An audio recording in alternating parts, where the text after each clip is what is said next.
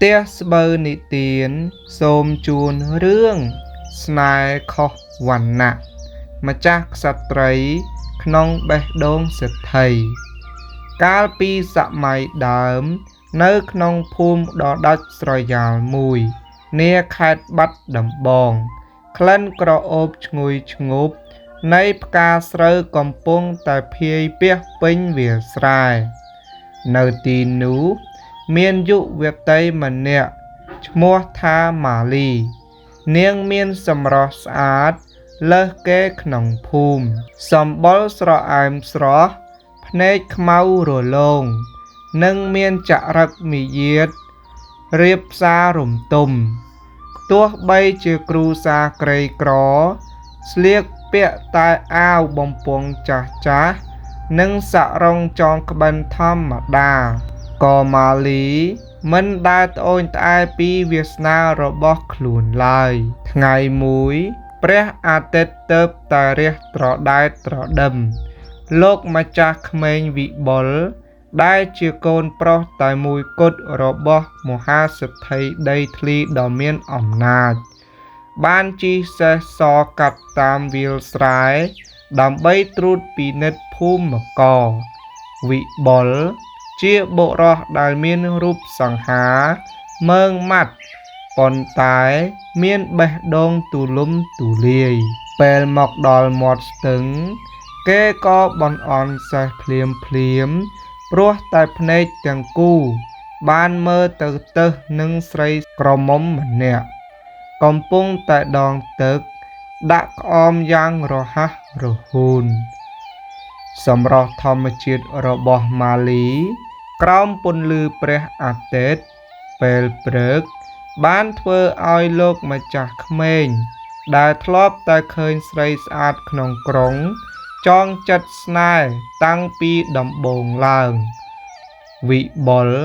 บ้านจอกปีเลอขนองเสรุ่ยดาวเตอสูนำเนียงดอยเพียบตุนพลนจมนุบดำบงหนูบ้านดอกจอบขนองจัดเนตตั้งปีย่างจริวเจริญปอนตายเวียก็เจียกาชื่อจับในเรื่องราวดอสมกสมานผ่องได้ปุกระบอบมาลีคือตาก้อยบ้านจมเปียบอมนอลเสถไทยถมปุกระบอบวิบลยางจรันเลหลบรหดดอลเตอเมคมจอกหมกตีรึบอกได้สายออกเหมียนซอลจองกรอยขนองกรีอักษรนุวิบลบ้านเจนหมกจุยสงครัวปอนตายเกบ้านดะเละขันมุยคือเอามาลีเตอรอในขนองภูมิกฤษไทยดำใบจุยเมื่อทายตอมศูนย์กานึ่งบำราการเงียบเซนเจียทโนหนึ่งการลบบำนลในเปลมาลีเชียนเจิงโจลขนองภูมิกฤษดอสกัมสกายเนียงเตอประชวมุกหนึ่งสายพเนจเมืองงีปีสำนักเนสไรสรอได้เจียมาได้รบอกวิบลเนสไรสรอบ้านเฮาเนียงทาเจียบกาสมาได้ขมิ้นดำไหลนึ่งเจียเยี่ยมปรากาเงียเนียงโดยเจียไสรบำราเตียบบำพอดปอนตายตัวเจียอย่างนากอดดอยวิบลตายแต่ลุยเมื่อทายนึ่งเลิกตึกจัดมาลีเจียนกหยบมุยกรอมปนลือคายปิงบอระไหมวิบลบ้านองกุยดังจับไปเนเรียนฮาลรุ่ยโปลเปียเตอกันมาลีท้ามาลีขนองพเนจเนดอดไตโอนปรหายจีบกาสมาได้ดอกบายเพลอปอนตายขนองเบะโดงบองโอนคือเจียมาจากสัตรีดอเมียนดำไลบำพอดบองซอนยาถานึ่งมันเอาหนวนามันเนี่ยมอกจอนชลีเกตติยโอนบานเลยตัวใบเจียเยิงเมียนวันณะขอขเนียโดยเมฆหนึ่งได้ก่อดอยมาลีสระตึกพเนจดอยก็ได้รุมเพิบปอนใต้เนียงดังฉบับถาเพลสนายมุยนิเนเมียนอุปสรรคทมเจียจรานเตียด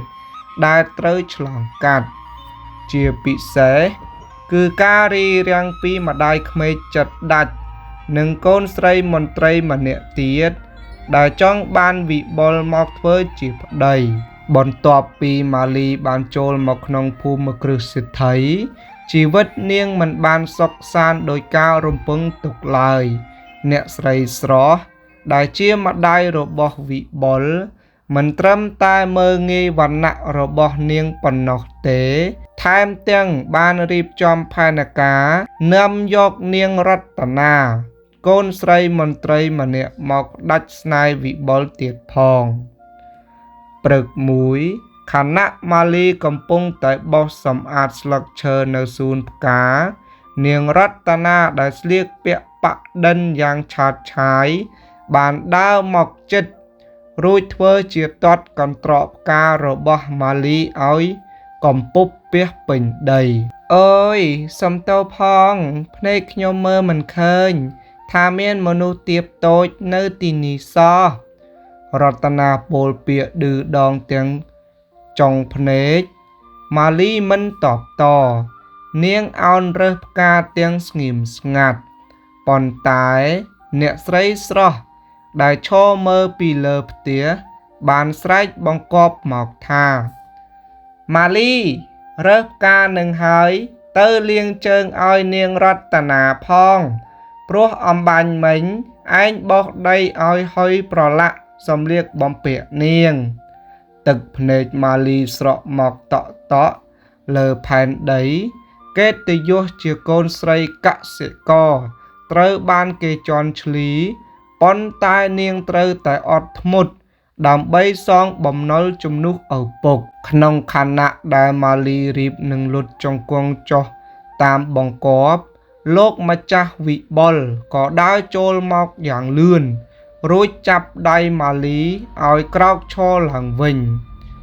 ឈប់ភ្លាមសំឡេងវិបុលបន្លឺឡើងយ៉ាងដាច់អហង្ការគេសម្លឹងមើលទៅម្ដាយនិងរតនាដោយភ្នែកខឹងសម្បាម៉ាលីមកទីនេះដើម្បីមើលថែផ្កាមិនមែនមកជាទេសកលបំរើជើងអ្នកណាឡើយវិបុលឯងហ៊ានលើកដៃជួយស្រីក្រីក្រនេះហើយមើងងាយភ្ញៀវរបស់ម៉ាក់ផងអីអ្នកស្រីស្រស់ស្រែកស៊ូទាំងញោមមាត់បើភ្ញៀវរបស់ម៉ាក់មិនចេះផ្ដល់កិត្តិយសឲ្យអ្នកដទៃខ្ញុំក៏មិនចាំបាច់ផ្ដល់កិត្តិយសឲ្យវិញដែរនិយាយរួចវិបុលក៏ទាញដៃម៉ាលីដើរចេញទៅក្រោមដើមចំប៉ីធំមួយនៅទីនោះវិបុលបានសម្លឹងមើលមុខម៉ាលីដែលប្រឡាក់ដោយទឹកភ្នែកគេយកកន្សែងដៃមកជូតឲ្យនាងដោយថ្នមរួចពោលថាម៉ាលីបងដឹងថាអូនឈឺវិបុលម៉ាលីបងដឹងថាអូនឈឺវិមាននេះប្រហែលជាមើលទៅស្អាតប៉ុន្តែបេះដូងមនុស្សនៅទីនេះដាច់ធម៌មេត្តាណាស់បើអូននៅទីនេះទៀតអូនមុខជាស្លាប់មិនខានប៉ុន្តែបំណុលពុកខ្ញុំហើយកិត្តិយសលោកម្ចាស់ម៉ាលីឆ្លើយទាំងអ៊ូលដើមកវិបុលកាន់ដៃម៉ាលីទាំងពីរជាប់រួចនិយាយដោយការបដិញ្ញាចិត្តបងបានសម្រេចចិត្តហើយបងនឹងលះបង់ទ្រព្យសម្បត្តិសេដ្ឋីលះបង់វិមានមាសនេះដើម្បីទៅសាងជីវិតជាកសិករជាមួយអូននៅវាលស្រែវិញបងចង់រស់នៅក្បែរម្ចាស់ក្សត្រីពិតប្រាកដជាជាងរស់នៅជាមួយមនុស្សដែលមានតែសម្បកក្រៅយប់នោះវិបុលបានរៀបចំសម្លៀកបំពាក់ធម្មតានិងនាំម៉ាលីលួចចុះពីលើភូមិគ្រឹះសំដៅទៅកាន់សេះសដែលចងចាំនៅក្រោមដើមឈើប៉ុន្តែនៅពេលដែលពួកគេរៀបនឹងចាកចេញសំឡេងកាំភ្លើងមួយគ្រាប់បានបន្លឺឡើងលើមេឃគឺជាលោកសេដ្ឋីធំឪពុករបស់វិបុលដែលឈរចាំស្ទាក់ផ្លូវជាមួយនឹងកូនចៅជាច្រើនអ្នកពេញកំភ្លើងដែលបាញ់ឡើងលើមេឃបានធ្វើឲ្យសេះសភ្ញាក់ផ្អើលហើយម៉ាលីក៏ញ័ររន្ធត់អោបដៃវិបុលជាប់ លោកសិទ្ធិធំដើរមកយឺតទាំងទឹកមុខស្មើធេងហុំព័ទ្ធដោយក្រុមកូនចៅដែលកាន់សុទ្ធតែភ្លើងវិបុលកូនចង់ចាកចេញពីវិមានដែលពុកខំសាងដើម្បីតែស្ត្រីម្នាក់នេះមែនទេលោកសិទ្ធិសួរដោយសំឡេងធ្ងន់បាទពុកបើវិមាននេះគ្មានមេត្តាធម៌ហើយគ្មានម៉ាលីខ្ញុំក៏មិនចង់រស់នៅដែរវិបុលឆ្លើយទាំងមិនរារេលោកសិទ្ធិធំងក់ក្បាលរួចបែរមកសម្លឹងមើលម៉ាលីដែលកំពុងញ័រដូចកូនសត្វម៉ាលីឯងស្ដាប់អញឲ្យច្បាស់បើឯងនាំវាចេញទៅឯងនឹងធ្វើឲ្យវាធ្លាក់ខ្លួនក្រលំបាកវេទនាស៊ីបាយស្រែស្លៀកខោអាវចាស់តើឯងពិតជាស្រឡាញ់វាឬឯងចង់បំផ្លាញអនាគតវាពាក្យសម្ដីរបស់លោកសិទ្ធិហាក់ដូចជាកំបិតចាក់ទម្លុះបេះដូងម៉ាលីនាងសម្លឹងមើលមុខវិបុលដែលជាអ្នកមានគុណផងនិងជាម្ចាស់ចិត្តផងនាងដឹងថាវិបុលជាអ្នកខ្ពង់ខ្ពស់មិនដែលស្គាល់ភាពលំបាកឡើយម៉ាលីក៏សម្រេចចិត្តលែងដៃវិបុលរួចចុះពីលើខ្នងសេះមកលូតជង្គង់ចំពោះមុខលោកសិទ្ធិលោកសិទ្ធិខ្ញុំយល់ហើយចាខ្ញុំគឺជាអ្នកខុសខ្ញុំនឹងចាកចេញទៅតែម្នាក់ឯងសូមលោកម្ចាស់ក្មេងកុំដើរតាមខ្ញុំអីម៉ាលីនិយាយទាំងអ៊ូលដើមករួចបែរមកសំពះលាវិបុលទាំងទឹកភ្នែកជោកខ្លួនសូមលោកម្ចាស់ក្មេងកុំដើរតាមខ្ញុំអីម៉ាលីនិយាយទាំងអ៊ូលដើមករួចបែរមកសំពះលាវិបុលទាំងទឹកភ្នែកជោកមុខមិនបានទេម៉ាលីបើអូនទៅបងក៏ទៅដែរវិបុលរៀបនឹងចុះមកតាមតែត្រូវកូនចៅសិទ្ធិចាប់ខាត់ជាប់ម៉ាលីរត់ចេញទៅក្នុងភាពងងឹតនៃរាត្រីត្រឡប់ទៅផ្ទះកំសត់របស់នាងវិញទាំងបេះដូងខ្ទេចខ្ទាំចំណែកវិបុលត្រូវឪពុកបង្ខាំងទុកក្នុងបន្ទប់ងងឹតមិនឲ្យចេញទៅណាឡើយមួយសប្តាហ៍កន្លងផុតទៅព័ត៌មានមួយបានលេចឮដល់ត្រចៀកម៉ាលីថាវិបុលធ្លាក់ខ្លួនឈឺធ្ងន់បាយមិននឹកទឹកមិនស្រេកព្រោះតែនឹកនាម្ចាស់ចិត្តចំណែកអ្នកស្រីស្រស់និងនាងរតនាបើជាសប្បាយរីករាយនឹងត្រៀមរៀបចំពិធីមង្គលការឲ្យវិបុលនិងរតនាទាំងកូនកំលោះកំពុងដេកស្ដុកស្ដឹងលើគ្រែម៉ាលីមិនអាចបង្គាប់ចិត្តដាច់អហង្ការតទៅទៀតបានទេនាងបានដោះខ្សែកមាសតែមួយគត់ដែលជាគេអាករពីម្ដាយយកទៅលក់ដើម្បីទិញថ្នាំសង្កូវនិងធ្វើម្ហូបដែលវិបុលចូលចិត្តរួចលួចចូលតាមរបងក្រោយភូមិគ្រឹះនាពេលយប់ស្ងាត់នៅពេលនាងរុញទ្វារបន្ទប់វិបុលចូលនាងឃើញលោកម្ចាស់ក្មេងដែលធ្លាប់តែសង្ហាប្រែជាស្លេកស្លាំងដេកបិទភ្នែកចិត្តម៉ាលីដើរទៅចិត្តរួចកាន់ដៃគេតិចលោកម្ចាស់ម៉ាលីមកវិញហើយគ្រាន់តែឮសំឡេងនេះវិបុលក៏បើកភ្នែកឡើងយឺតរួចញញឹមទាំងកម្លាំងខ្សោយម៉ាលីបងដឹងថាអូនមិនដាច់ចិត្តចោលបងទេប៉ុន្តែខណៈនោះសំឡេងជើងព្រឹបនៅខាងក្រៅបន្ទប់ក៏បន្លឺឡើងអ្នកស្រីស្រស់និងនាងរតនាបានដើរចូលមកជាមួយក្រុមកូនចៅដើម្បីចាប់កំហុសម៉ាលីថាជាអ្នកលួចចូលក្នុងអ្នកស្រីស្រស់និងនាងរតនាបានដើរចូលមកជាមួយក្រុមកូនចៅដើម្បីចាប់កំហុសម៉ាលីថា ជាអ្នកលួចចូលក្នុងភូមិគ្រឹះអ្នកស្រីស្រស់សំឡឹងមើលម៉ាលីដោយខ្សែភ្នែកកំណាចរួចស្រែកផ្អើលពេញភូមិគ្រឹះនាងម៉ាលីឯងហ៊ានលួចចូលក្នុងបន្ទប់កូនប្រុសអញទាំងយប់អាត្រៀតផងអីកូនចៅ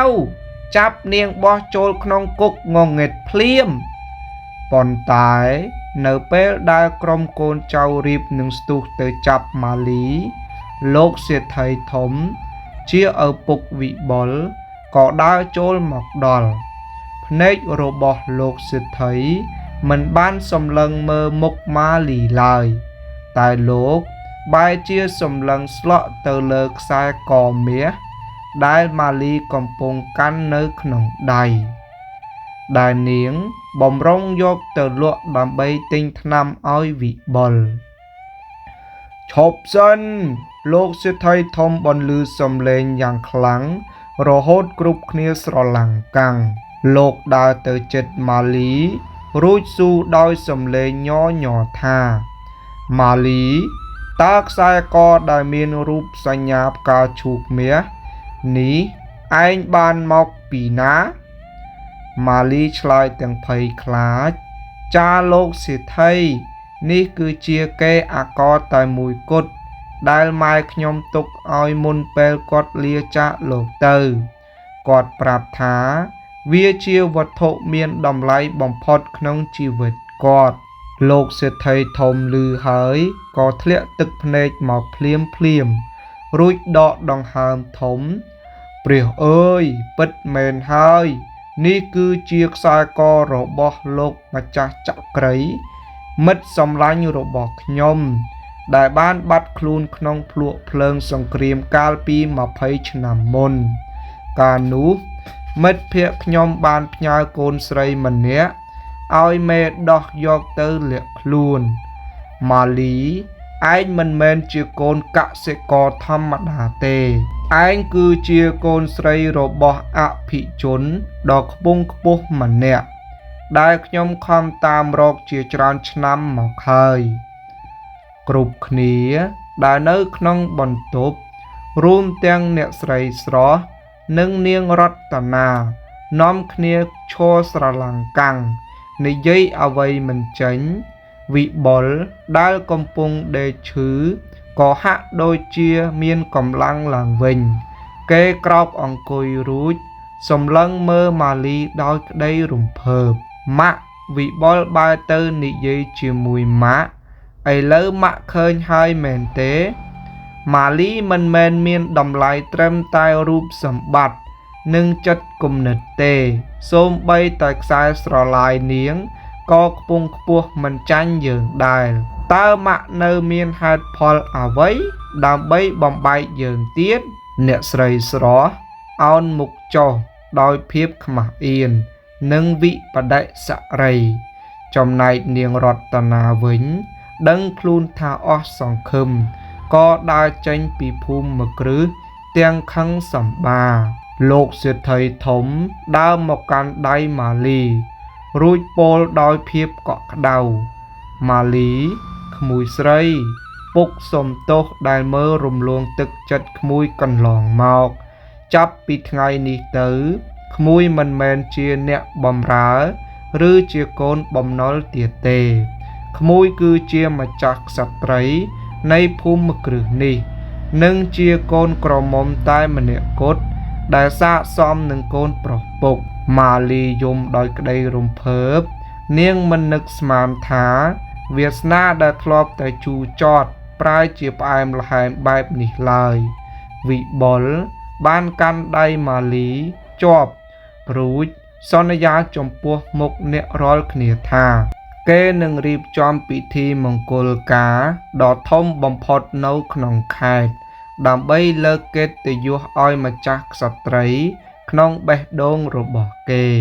ដំណឹងនៃការរៀបមង្គលការរវាងលោកម្ចាស់ក្មេងវិបុលនិងកញ្ញាម៉ាលីបានល្បីរន្ទឺពាសពេញខេត្តបាត់ដំបងភូមិគ្រឹះសិទ្ធិដែលធ្លាប់តែស្ងប់ស្ងាត់និងតឹងតែងឥឡូវនេះត្រូវបានតុបតែងលម្អដោយផ្កា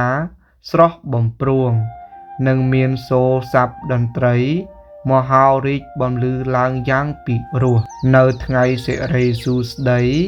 ម៉ាលីត្រូវបានតុបតែងខ្លួនយ៉ាងសមសួនក្នុងឈុតកូនក្រមុំបុរាណ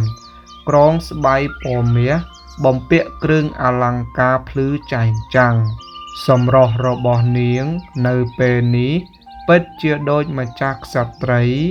ដែលចាកចេញពីក្នុងផ្ទះឈើមកសោយសុខក្នុងវិមានពិតមែនប៉ុន្តែអ្វីដែលធ្វើឲ្យគ្រប់គ្នាស្ងប់ស្ញែងបំផុតនោះគឺម៉ាលីមិនបានភ្លេចកំណើតដើមឡើយនាងបានសុំលោកសេដ្ឋីធំដើម្បីអញ្ជើញពុករបស់នាងតាកុយនិងអ្នកភូមិស្រែក្រីក្រទាំងអស់ឲ្យមកចូលរួមពិសាភោជនីយដ្ឋាននៅក្នុងភូមិមកគ្រឹះយ៉ាងកក់ក្ដៅអ្នកស្រីស្រស់ដែលជាម្ដាយក្មេកបានដើរចូលមកក្នុងបន្ទប់តុបតែងខ្លួនរបស់ម៉ាលីលោកស្រីបានដោះចិញ្ចៀនពេជ្រកេដូនតារួចបំពាក់ឲ្យម៉ាលីដោយផ្ទាល់ដៃម៉ាលីម៉ាក់សុំទោសចំពោះរឿងកន្លងមកម៉ាក់មើលឃើញតែសម្បកក្រៅរហូតភ្លេចមើលទឹកចិត្តដ៏ល្អប្រពៃរបស់កូនចាប់ពីថ្ងៃនេះទៅកូនគឺជាកូនស្រីបង្កើតរបស់ម៉ាក់ម៉ាលីអោនសំពះអរគុណម្ដាយក្មេកទាំងទឹកភ្នែករំភើបពិធីកាត់សក់រៀបចំរួចចាប់ផ្ដើមវិបុលសម្លឹងមើលភរិយារបស់គេដោយខ្សែភ្នែកពោពេញដោយក្តីស្រឡាញ់គេបានខ្សែបដាក់ត្រចៀកម៉ាលីថាអូនដឹងទេទោះបីជាថ្ងៃនេះអូនក្រងឈុតមាសក៏ដោយតែសម្រាប់បងរូបភាពម៉ាលីដែលដងទឹកនៅមាត់ស្ទឹងស្លៀកអាវបំពង់ចាស់ចាស់កាលពីថ្ងៃដំបូងដែលយើងជួបគ្នាគឺជាម៉ាលីដែលបងស្រឡាញ់បំផុតអូនបានបង្រៀនបងឲ្យស្គាល់ថាសេចក្តីសុខពិតប្រាកដមិនមែននៅលើមាសប្រាក់ឡើយតែវាស្ថិតនៅលើការផ្ដល់កិត្តិយសនិងក្តីមេត្តាឲ្យគ្នាទៅវិញទៅមកក្រោយពិធីមង្គលការបានបញ្ចប់វិបុលនិងម៉ាលីបានសម្រេចចិត្តប្រើប្រាស់ទ្រព្យសម្បត្តិមួយផ្នែកធំដើម្បីសាងសង់សាលារៀននិងមន្ទីរពេទ្យសម្រាប់អ្នកភូមិស្រុកស្រែក្រីក្រពួកគេទាំងពីរបានរស់នៅជាមួយគ្នាយ៉ាងមានសេចក្តីសុខដោយផ្អែកលើគុណធម៌និងសេចក្តីស្មោះត្រង់ស្មោះស្ម័គ្ររឿងរ៉ាវរបស់នារីកសិករដែលក្លាយជាម្ចាស់ក្សត្រីក្នុងបេះដូងសេដ្ឋីបានក្លាយជាដំណើររឿងដ៏ផ្អែមល្ហែមប្រចាំភូមិឋានដែលដាស់តឿនចិត្តមនុស្សគ្រប់គ្នាថាវណ្ណៈអាចខុសគ្នាដោយទ្រព្យធនតែតម្លៃនៃមនុស្សគឺស្មើគ្នាដោយអំពើល្អរឿងនេះមានតែប៉ុណ្្នឹងសូមប្រិមិត្តបងប្អូនអ្នកស្ដាប់ទាំងអស់គ្នាស្ដាប់តាំងពីដើមរហូតដល់ចប់បងប្អូនតើរឿងនេះជាប់ចិត្តសម្រាប់បងប្អូនទេហើយបើសិនជាបងប្អូនមិនទាន់បានជួយចុច Subscribe សូមកុំភ្លេចជួយចុច Subscribe ម្នាក់មួយនិងចុចរូបកណ្ដឹងដើម្បីទទួលបាននៅរឿងនិទានបន្តទៀត Admin និទានសូមចប់ត្រឹមប៉ុណ្្នឹងសូមអរគុណប្រិមិត្តបងប្អូនអ្នកស្ដាប់ទាំងអស់គ្នា Admin សូមជូនពរឲ្យបងប្អូនទាំងអស់គ្នាមានសុខភាពល្អរកស៊ីទទួលទានមានបានសូមអរគុណសូមជម្រាបលា